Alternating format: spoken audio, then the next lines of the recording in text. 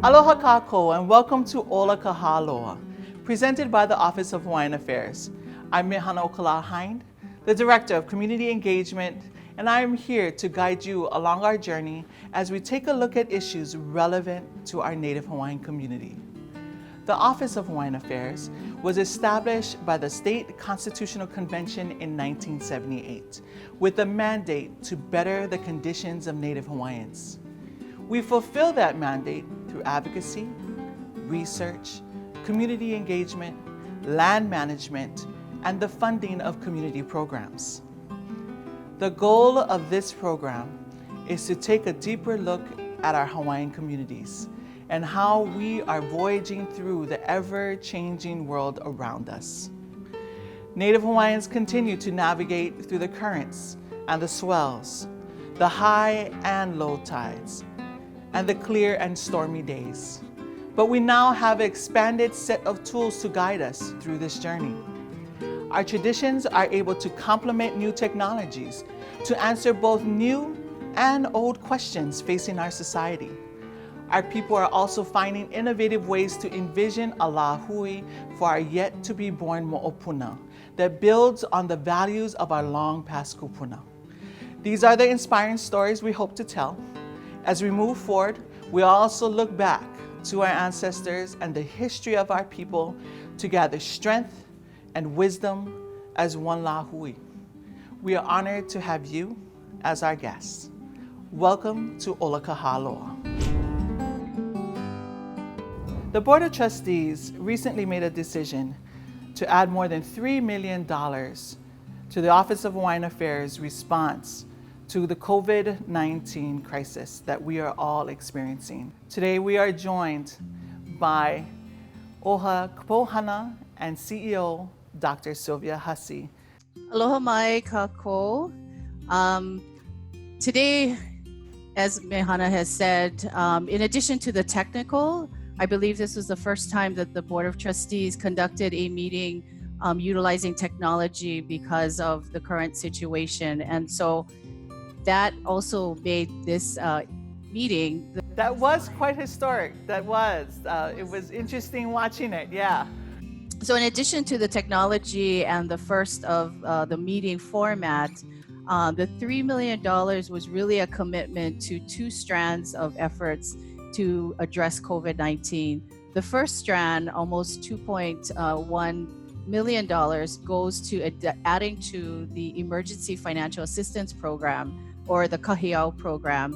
That is a program funded by OHA as well as state general funds and is administered by the Council for Native Hawaiian Advancement. That program is really important because it was the first line of support for our families for rent, mortgage, rent deposits, as well as utilities.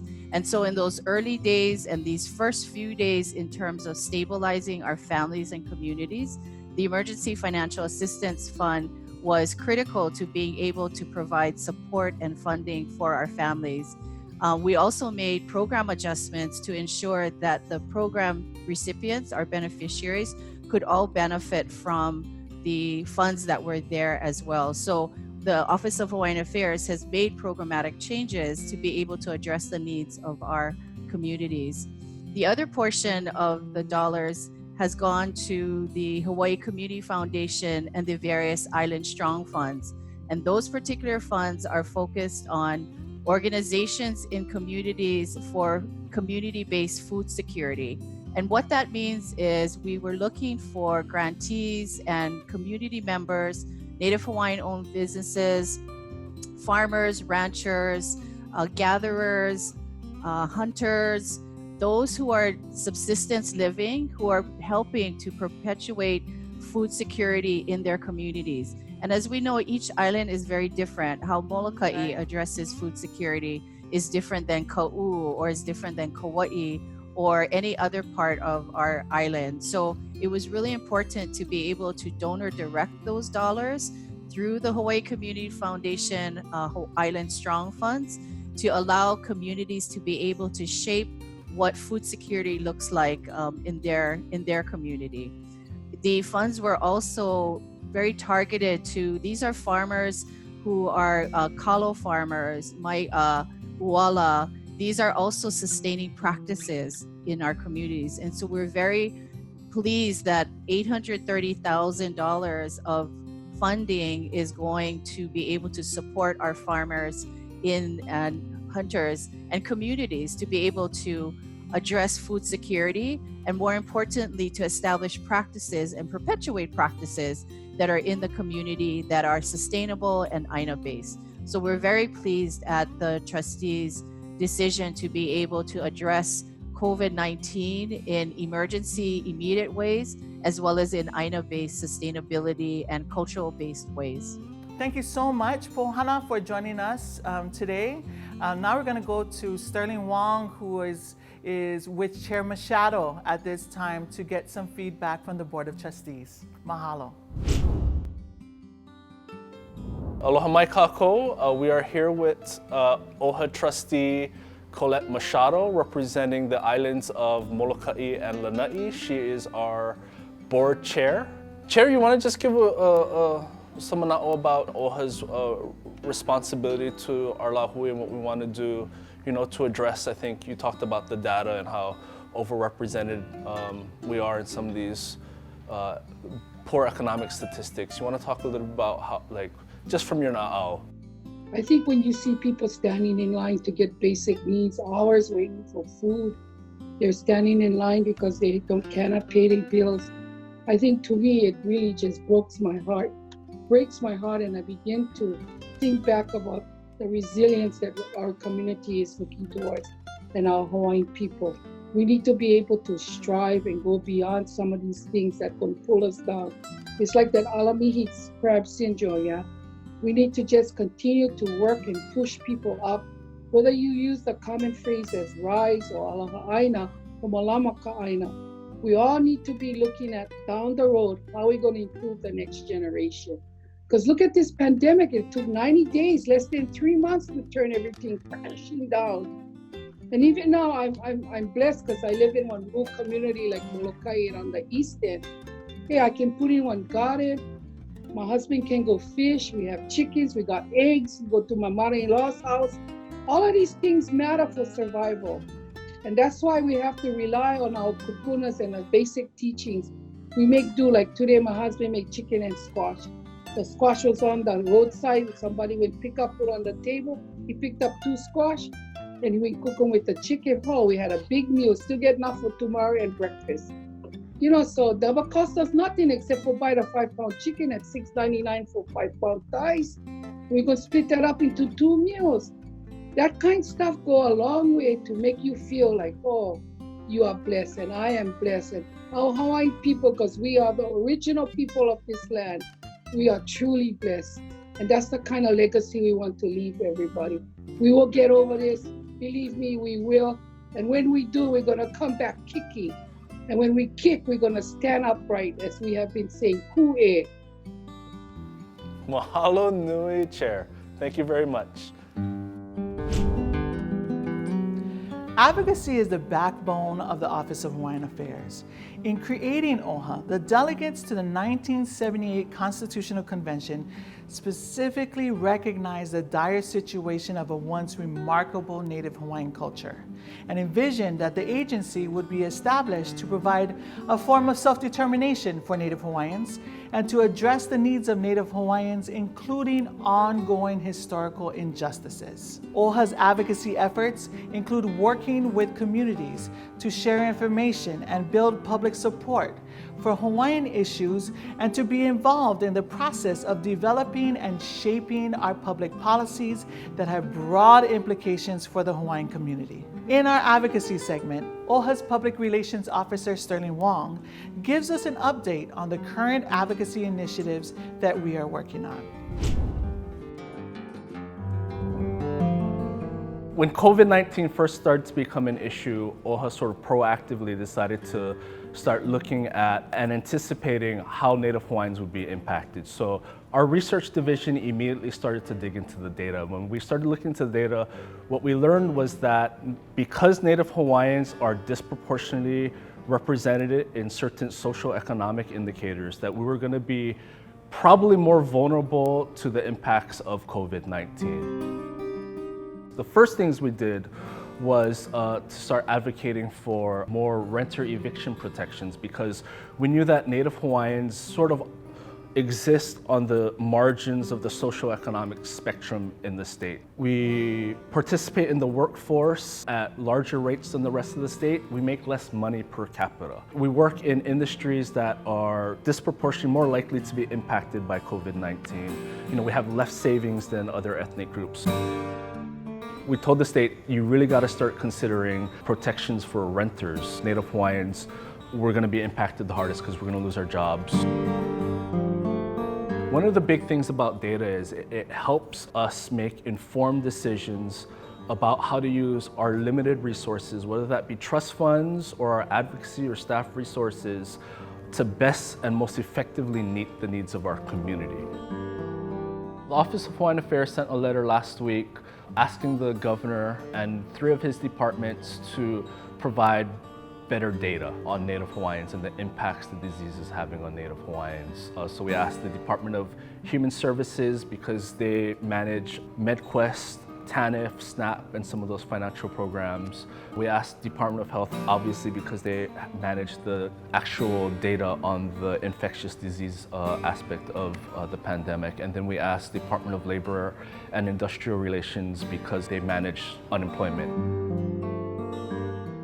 I think it's really important for the state of Hawaii to disaggregate and remove Native Hawaiians from the Pacific Islander category, so we can really get a sense of the impacts the disease is having on Native Hawaiians. We need good data from the state about how this disease is specifically impacting Native Hawaiians in the health and social and economic areas. That is the real need.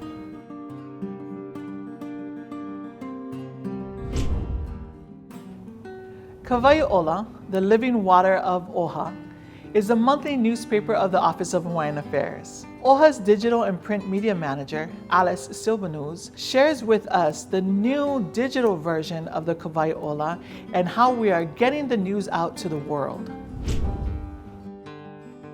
The Kawaiʻola.news is the latest evolution of the Kawaiʻola Hawaiian community newspaper. And it takes all of the content that's available in the printed Kawaiʻola and makes it available online. And what's really cool about that is that all of the Hawaiian stories about the different people, community, events that are happening within Hawaii as well as the continent are now shareable on this online platform. And that's really powerful, because now our stories are not just limited to here in Hawaii or our circulation here in Hawaii, but they're available online. You can, with the click of a button, you can share the stories that you care about or the news that you care about with your friends on Facebook, Twitter. You can also share on LinkedIn, as well as email these stories. And that is a really powerful tool. Kawaiʻola started back in the early 1980s when OHA was formed. And it started as a way for our OHA to stay in touch with our Native Hawaiian beneficiaries. But over time, it's really developed into a community paper where we're sharing Native Hawaiian features, community events, and news that's important to the Lahui. And so you have this treasure trove of Native Hawaiian perspectives on Native Hawaiian people, events, issues that are important to the Lahui. And it's now available online, and therefore those perspectives, we're able to share them with the world. So we're really opening up the avenues of the possibilities for people to understand about the things that are important to Native Hawaiians here in our homeland. We invite people to become subscribers to Kawaiʻola, and it's really easy to do. You can go online to kawaiʻola.news, and there's a subscribe button. And from there you can select whether you would like to have a free subscription of either the electronic version, or you can also get the printed version. But we really are encouraging people to get the electronic version, because the online platform is a really rich resource. So in addition to getting the printed version of these stories, you'll also be able to get really powerful complementary videos that are connected with some of the stories that we're sharing. And then you're also getting expanded photo albums. We go out to events, we might be able to shoot, we might shoot like 1,000 pictures at a single event. In the newspaper, we might share maybe a handful, 2 or 3. But online, we're able to share a really a much broader perspective of the event and tell a more rich, full story with the ability of going online. So we invite people to come online to kavaiola.news. In our Ho'ona'o segment, we look at Kanaio Kana, OHA's community partner, whose mission is to perpetuate our Native Hawaiian culture through the development of a collective Native Hawaiian education system, one that is focused on Olelo Hawaii and a strong Ike Hawaii foundation that will nurture the next generation of Aloha Aina leaders. Also joining them is Hawaii Nui Akea, the School for Hawaiian Knowledge up at the University of Hawaii, who is the largest indigenous institution in the world. At the outset of the COVID-19 pandemic, Kanaio Kana and Hawaii Nui Akea created an engaging platform to service the masses who are now on stay-at-home orders. They turned to their vast network of educators, cultural practitioners, and community leaders to create 5 classes every week that explore the range of the Native Hawaiian worldview. Aloha mai kaua e Malia pehe oi. Aloha no, he la nani ke ia mahalo. Mahalo, mahalo mai ka'i for joining us today. I wanted to ask you, tell us about this series that in collaboration, Kanaio Kana and Hawaii Nui Akea has produced this amazing program. Can you tell us a little bit about Le'a Nui Nui? Ikino. So, mahalo nui for having us, and Le'a Nui Nui is a collaboration between Kanaio Kana, a Kula Hawaii network that brings together Hawaiian schools, Hawaiian organizations, and just like Hawaii Nui Akea, the School of Hawaiian Knowledge at UH Manoa. So through this collaboration, in response to COVID-19 and what's happening, we felt right away that we needed to bring this kind of cultural programming that has a foundation of Ike Hawaii and Olelo Hawaii into the homes of all our ohana, whether they're here in Hawaii or beyond. There was that kahea coming out, and I got really excited, and I wanted to just have all of my friends come into the hale, into the communities. And so we just got started and put together Le'a Nui Nui. And it's done such a great job. You guys have topics that range from how to prepare he'e to how important Olelo Hawaii is, in the homes, to civic engagement activities like the Census 2020. Such an awesome job. Can you tell us where our audience can find Le'a Nui Nui? Le'a Nui Nui, you can find our most updated schedule on our website at kanaiokana.net/lei. So we keep it really easy, and we go live on our Facebook page, whether it's Kanaio Kana as well as Hawaii Nui Akea. And because we have so many partners, just like the Office of Hawaiian Affairs, when we go live on Kanaio Kana's page, we go live on OHA's page and CNHA's page and all of our different partners, because it really takes a lot of us to do this and to make it really a place where we can all come together and share. And I think that's our big intention, is to share this Ike with all of you. And you guys have done such a great job, and we love sharing that Ike out on all of our platforms. And know that people can ask questions and engage with this program. So everybody out there, go ahead, check out kanaiokana.net/lei. Mahalo Malia, mahalo for joining us. So don't go away, because when we come back, we'll get a glimpse of what's on the horizon for our community outreach program. Hey Tutu, try look this article in Kawaiola. Oh, that? I saw that online already. Kawaiola is online now at kavaiola.news with bonus features like video, photo albums, and 40 years of stories on our lahui. Wow. You never know. Get with the times, boy.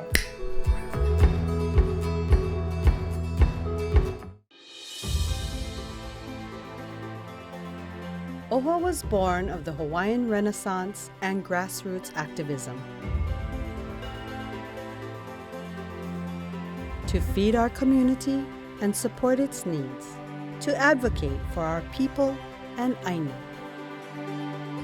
Today it's still about Aina. It's still about community.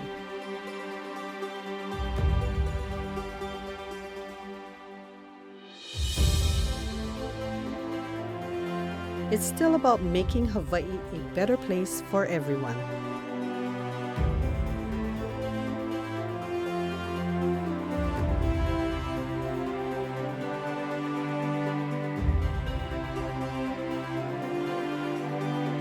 OHA, empowering Hawaiians, strengthening Hawaii.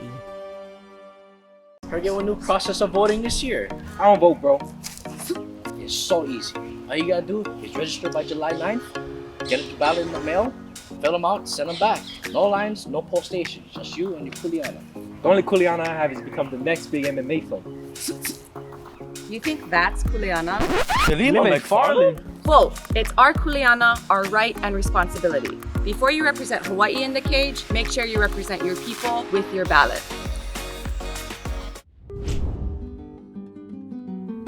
The OHA Community Engagement Paya is focused on amplifying the voices of the Lahui and fostering leadership opportunities in our communities. OHA's Community Outreach Manager, Davis Price, joins us as we look at the Aloha Rising Vote 2020 campaign, which will encourage Native Hawaiians to civically engage in the upcoming elections.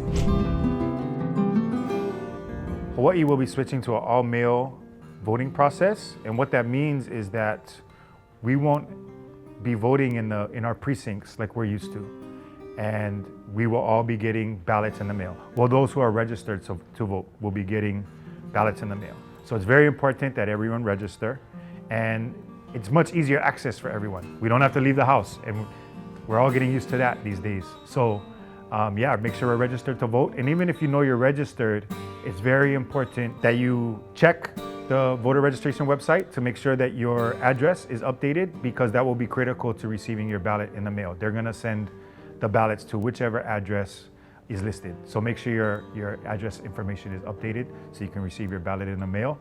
And hopefully we get, many more of us are now going to be able to vote with very easy access.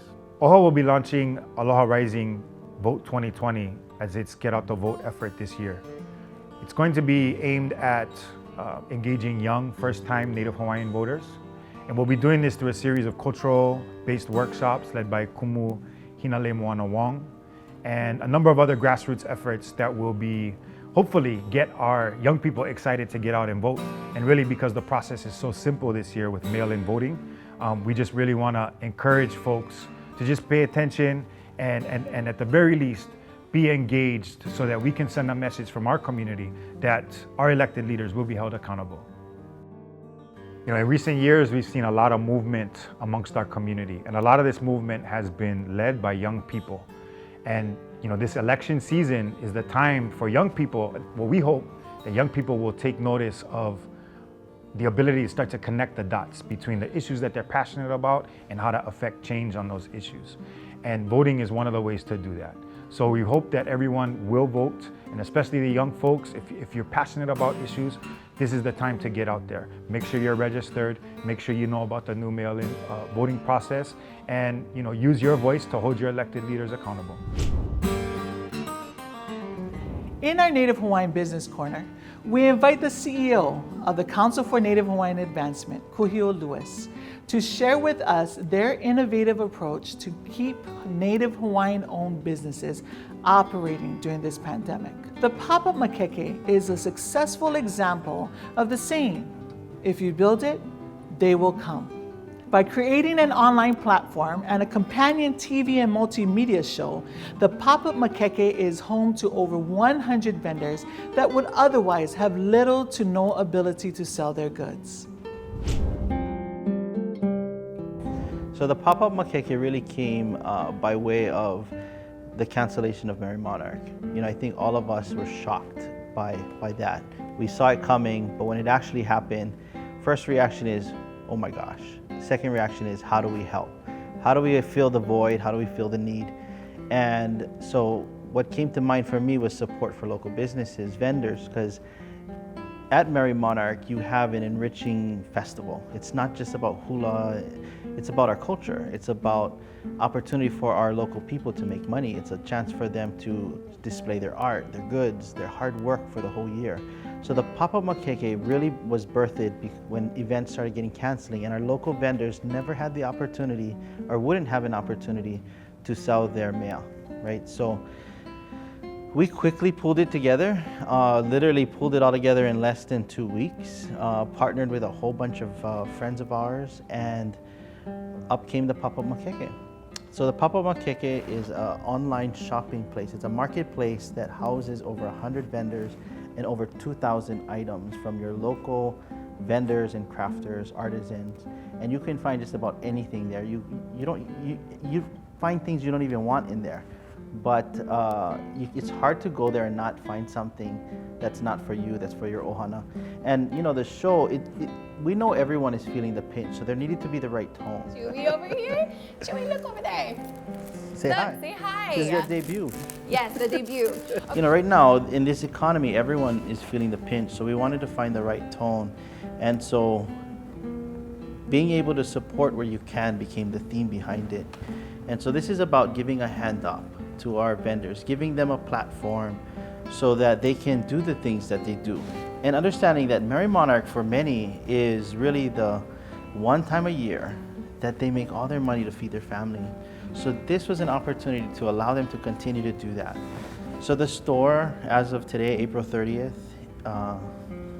the store has grossed nearly $200,000. And that's money going right into the pockets of our vendors. We've sold over 5,500 items from the store.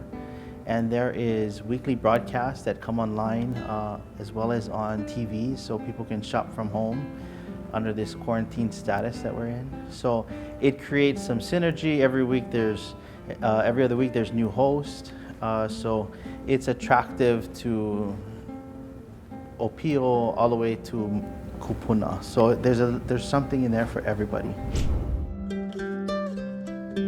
Mahalo for joining us for our very first episode of Ola Ka Hāloa.